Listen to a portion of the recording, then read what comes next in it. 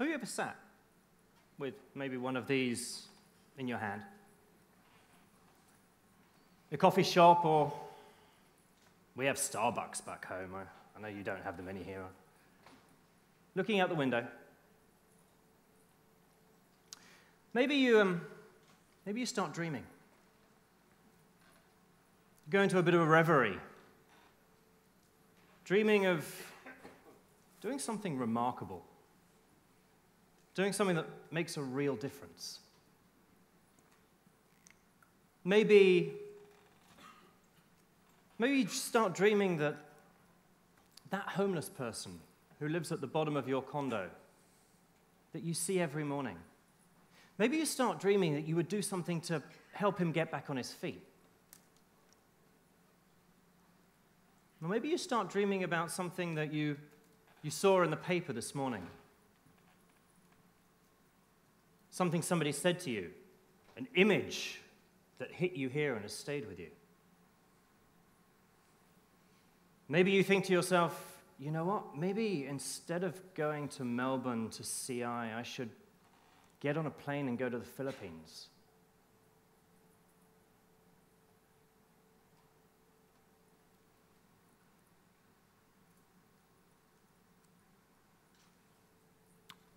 Then you put the cup of coffee down and back to the day job.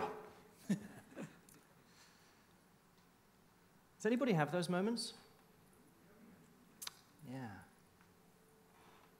I'm fascinated by those moments. I call them coffee cup moments. Because in this instant, back to the table, the future has been created. And you might do this every day.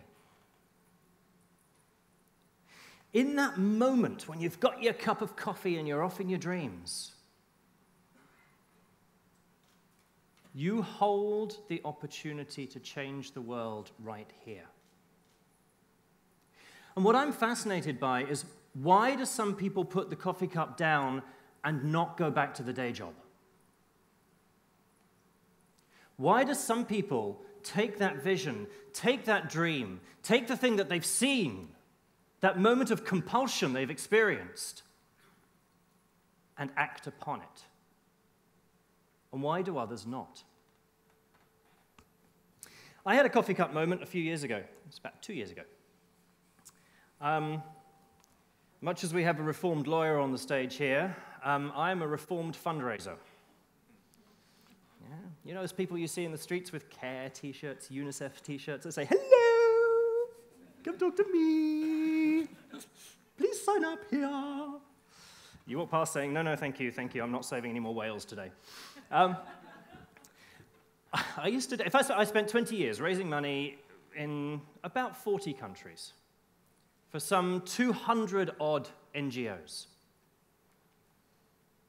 And I was quite good at it. In fact, I raised a lot of money. And I was having a coffee cup moment one day. I was sitting on my own, and I'd just become a dad. And I was thinking, I've been a fundraiser for the last 20 years. And I suddenly had this projection of me sitting in my rocking chair another 20 years down the line with my first grandchild on my knee. And the grandchild saying to me, "Grandpa, what did you do before you got old?" And I thought, I could say, "Grandpa raised lots of money." And I could see the kid looking at me going, "Well, that's really quite boring, Grandpa." But then I thought, what if I was able to say, "Well, you know, there used to be this disease, and it used to kill thousands of children. And now this disease doesn't exist anymore, and Daddy was part of that." I thought how much greater I would feel saying that to my grandkid. So I started to realize that I needed to go from funding programs to solving problems. I needed to work out, how it would be possible to solve some of these problems that I'd been raising a lot of money for. And you know what? We'd raised a lot of money, but we'd solved none of the problems. So I started looking around at some of the things that arguably we'd made some progress on as societies over the last 100 years or so. I found this man, yes, Martin Luther King and the civil rights movement. And then I went to South Africa and I looked at how we'd managed to collectively end apartheid in South Africa, and there'd been the anti-apartheid movement. And then I looked at the wars that had been ended around the world by uprising of people and the anti-war movements. Then I looked at how we'd become much more inclusive as society, and we'd embraced diversity, and the LGBT movements had changed the world. And I even went back to the suffragettes and their movements. And I began to realize that there was a common word going through all of these. And it was the word movement. Now, I have to confess, I do love words. Let's look at this word here. Organization. Hands up here if you work for an organization. I want to see some hands. You work for an organization. Great, great. Well done, people. Good for you. What happens if you take the Ation off organization? What do you get? Organize. That's right. There's a reason for this. Organizations organize problems. They do not solve them.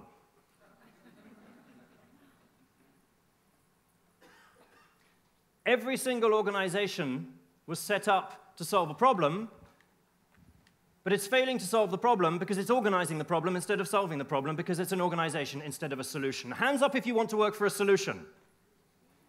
Right. Leadership is about taking organizations to being solutions. And who are the leaders?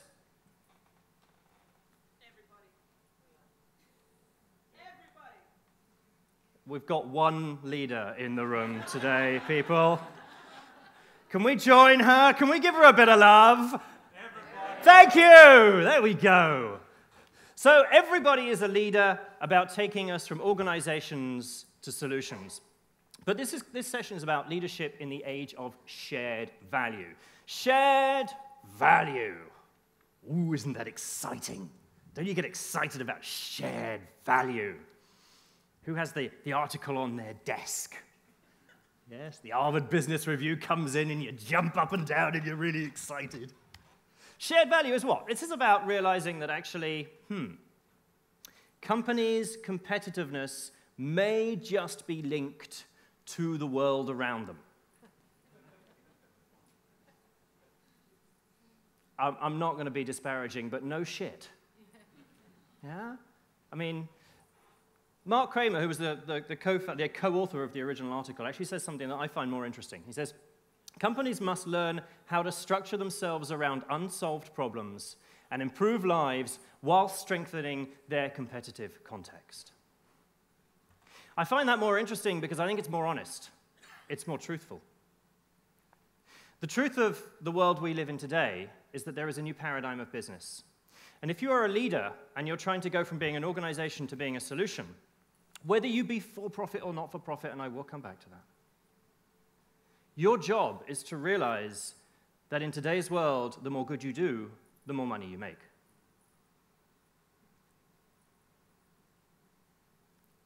And the more money you make, the more good you can do, which allows you to make more money, which allows you to do more good. Is anybody seeing a virtuous circle here? Yeah, right. Now, a lot of business leaders look at this and run away. They run away from it because it doesn't feel ethical. Yeah? And they produce things like this, which they go, that's much better. Chevron, oil companies should support the communities they're a part of. Yes, right, okay. Yes, of course they should. Of course they should, that's right. Yeah. If we don't embrace the truth of this, what we're ending up with is a lot of this, a lot of inauthenticity. We have to realize that shared value means making money and doing good now go hand in hand. So if you're looking to lead and if you're looking to make a difference, that is the reality and that's the world you're working in. This man, Milton Friedman, came up in the early 70s with this phrase that challenged challenged all of the great corporate social responsibility thinking. Yes, he said, there is only one social responsibility of business. It's to use its resources and engage in profit. Gosh, companies are here to make money. Fabulous. Good. So how do companies make money in a world of today? In a world where we have changed. We have profoundly changed. Just in the last 5 years. Money is no longer enough. Leadership, reaching out to people, inspiring them, is not about the money. It's about much, much more. It's about saying to people, I don't care what you make anymore. I care what you're made of. It's about saying, if I don't know what you stand for, how can I possibly stand next to you? These are the two central tenets of shared value. What you believe, what you stand for, and then I can stand next to you. But there's been another change that we need to realize as leaders here. And this change is that we've moved out of the digital age, I believe, and we've moved into the age of the conversation. The digital age was all about empowering us with the technology to do what we truly yearn to do, which is to communicate, to share our dreams, to share our visions, to share our beliefs, to share the things that are truly important to us, to share the conversations we have around our dinner table with as many people as we want to. And today, nobody can own the conversation. The conversation is controlled by couch potatoes who have not had sex in several months. That is who owns the conversation. No, let's be honest. The conversation is all about all of us. So let's go back to leadership for a moment. That's the world of shared value. That's the world that we're all living in. How do we lead? How do we go from organization to solution? Well, let's go back to coffee cup moments. I truly believe in the ability of every single person in this room to change the world. I truly believe that. And I believe that you all have coffee cup moments. Imagine what it would be like if we could just double the number of people in the world who acted on those coffee cup moments. Imagine if we could double the number of leaders of change, who understood the thing that we really need to lead on is the thing that comes from inside, the thing that drives us, the thing that we are passionate about changing in the world. If only we could just double that. So we did a piece of research to try and understand what makes people put the coffee cup down and walk away, and what makes people take the coffee cup and move on. And in fact, we went further than that. We tried to understand, what is it that great world leaders all have in common? In fact, is there a common path, a common journey that people take between the moment they have that coffee cup moment of inspiration and the moment they build a transformational movement for change? Is there a common path? And the answer is yes, ladies and gentlemen, there is a common path. There is a simple common path that takes us from the moment of compulsion to building a movement. And I'm going to take you through these. But where this gets exciting is not that the world has created another model. I don't care about the model. What I care about is that for the first time now, we have a map. We have a map that takes you from sitting here with your coffee cup going, I wish, I dream, I wish, to knowing how to do it, to knowing what the steps are. Because the thing that stops us taking action is the belief that we don't know what we should be doing next. And here we have a guide. So let me take you through it very quickly, my friends. It starts with something that hits you here. That moment, that dream, whatever it is, I call it a moment of compulsion. You are compelled to do something about something. This guy here, his name is Sam Singh. He used to work for DuPont. In fact, he used to be a big cheese for DuPont in the US. Sam Singh was getting ready for a meeting. He was in a meeting room, waiting room in New York City, the top floor of a very posh C-suite, about to go and discuss $1 million deal.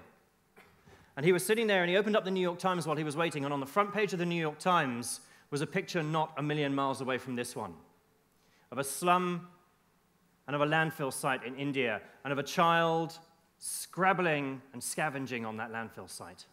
And Sam said to himself, it was that moment. He looked at that photo and he said, as an Indian man, how can I possibly sit here in New York and have multi-million-dollar conversations about products and services when this is happening in my country? He said, I must do something about this. I must do something about this.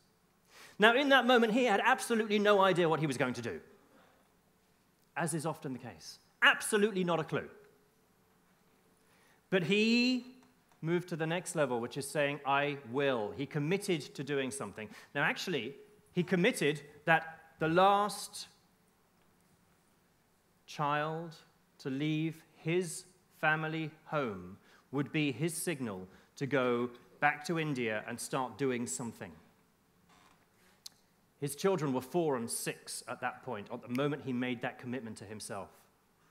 It took him nearly 20 years from the moment he saw that photo in the New York Times to the moment he actually took any action. But he made that commitment. I will.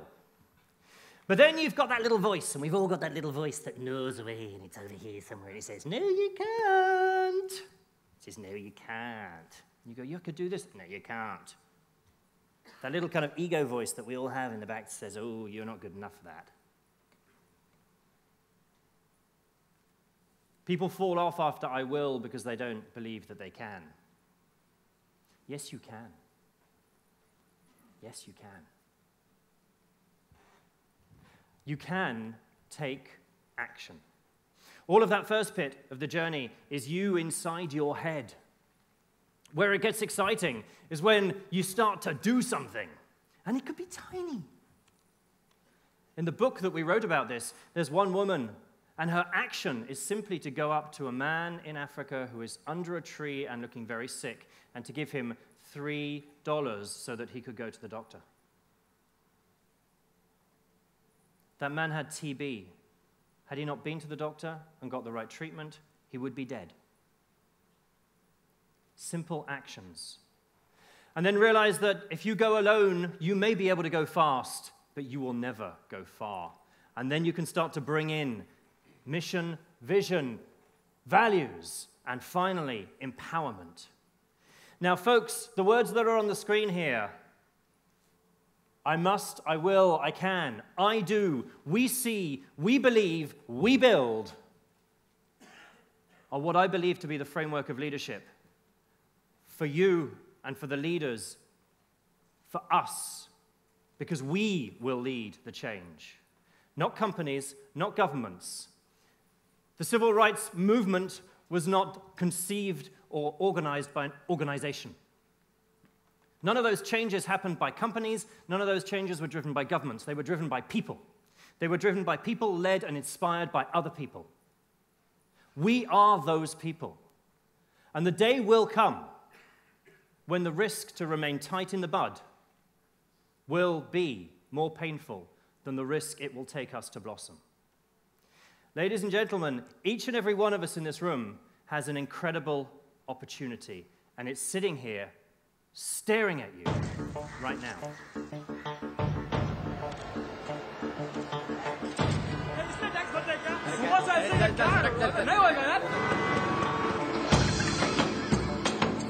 Sir आपके लिए उस पार car का इंतजाम किया है sir आइए sir ये चल चल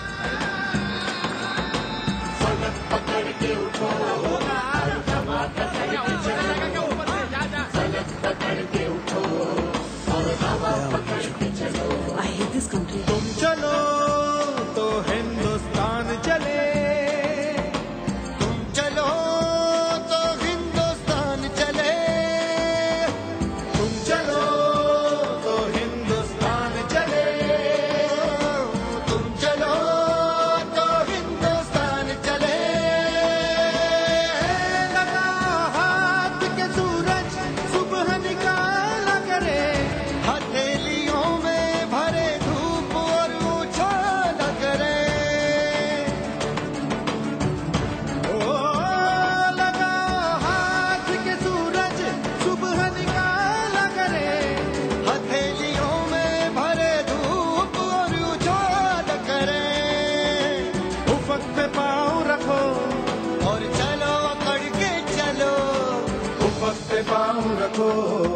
और चलो पकड़ के चलो, फलक पकड़ के उठो और हवा पकड़ के चलो, फलक पकड़ के उठो और हवा पकड़ के चलो। तुम चलो तो हिंदुस्तान चले, तुम चलो तो हिंदुस्तान चले, हिंदुस्तान चले, चलो।